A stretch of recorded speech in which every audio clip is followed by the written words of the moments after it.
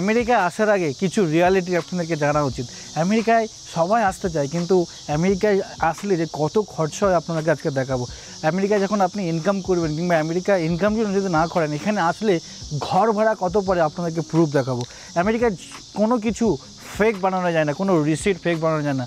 এইটা আমার হলো ঘর ভাড়া রিসিট। এটা $1300। আমার প্রত্যেক মাসে $1300 করে ঘর ভাড়া দিতে হয়। জুন মাসের ঘর ভাড়া এবং জুলাইয়ের ঘর ভাড়া আছে, সেইটা আমি আপনাদেরকে দেখালাম। রিসিট $1300, আমি ছবি দিয়ে দেবো। $1300 হলো ঘর ভাড়া, ঠিক আছে। তারপর আপনাদেরকে আমি দেখাবো $300 এখানে আছে। $300 এসছে ইলেকট্রিক বিল, $300 এই মাসে, ঠিক আছে। এই মাসে খুব গরম পড়েছে, সারাদিন এসি চলেছে। $300 ইলেকট্রিক বিল এসছে মাসে। ওয়াইফাই বিল $40, দেখে নিন, $40 ওয়াইফাই বিল। গ্যাসের বিল এসেছিলো $85। দেখুন আমার নাম আছে, পজ করে দেখে নেবেন যে আমার নামের সমস্ত বিল আছে, ঠিক আছে। $85 আমার গ্যাসের বিল। তো আমি আমার মাসের যেই খরচাটা হয় সেটা আপনাদেরকে দেখাচ্ছি। $1300 হলো ঘর ভাড়া, $85 হলো আমার গ্যাসের বিল, $40 হলো ওয়াইফাইয়ের বিল এবং $300 সেটা হলো ইলেকট্রিক বিল। সব মিলিয়ে $1725 হয়েছে।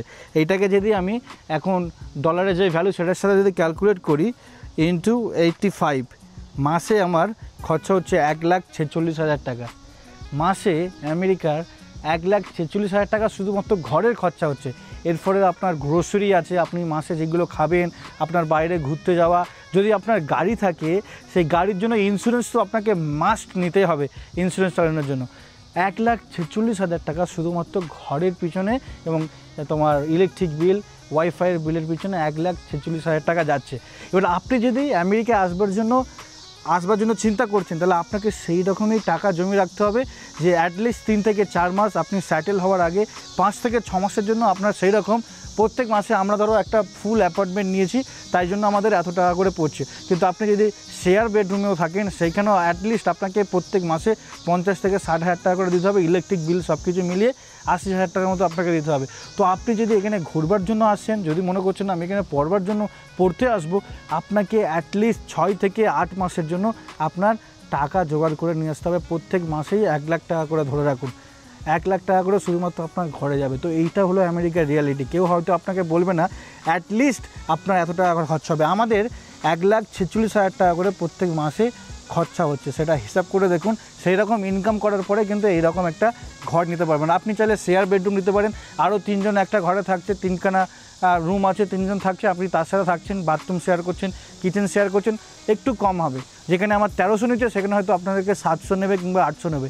আমি প্রথম শেয়ার বেডরুমে থাকতাম, আমার 750 করে নিত। তো ওইটা ওই রকম 750 করে, কিন্তু কম নয়। $750 যদি ইন্ডিয়ান টাকা যদি ক্যালকুলেট করি তাহলে অ্যাটলিস্ট 70,000 টাকার মতো হয়ে যাচ্ছে। ঠিক সেরকম আমেরিকায় আসার আগে আপনি ভালো করে ভেবে দেখুন, যখন আপনি আসবেন আপনার এত টাকা ক্যালকুলেট করে রাখতে হবে। $1,46,000 টাকা আমি প্রুফ সমেত দেখিয়ে দিলাম আমার সমস্ত কিছু। আপনারা ফের ভিডিওতে যান, পজ করে দেখুন যে আমার নাম আছে কি না। সব বিলে আমার নাম দেখতে পারবেন প্রুফ সমেত। $1,46,000 টাকা।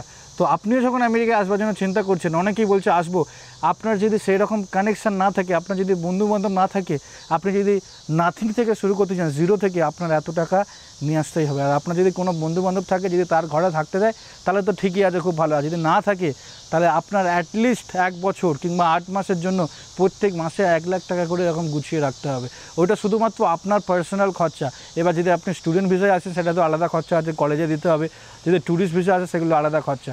তো এইটা হলো আমেরিকার রিয়ালিটি। আপনি যদি আসতে চান সেই রকম অনুযায়ী টাকা জমিয়ে রাখুন, আর সেই রকম অনুযায়ী আপনি যখন টাকা জমাতে পারবেন তখন আপনি চিন্তা করুন কেমন করে আমেরিকায় আসবেন। ট্যুরিস্ট ভিসা হোক, যে কোনো ভিসা হোক, অ্যাটলিস্ট 20 থেকে 25 লাখ টাকা আপনাকে জোগাড় করে রাখতে হবে আমেরিকায় আসবার জন্য।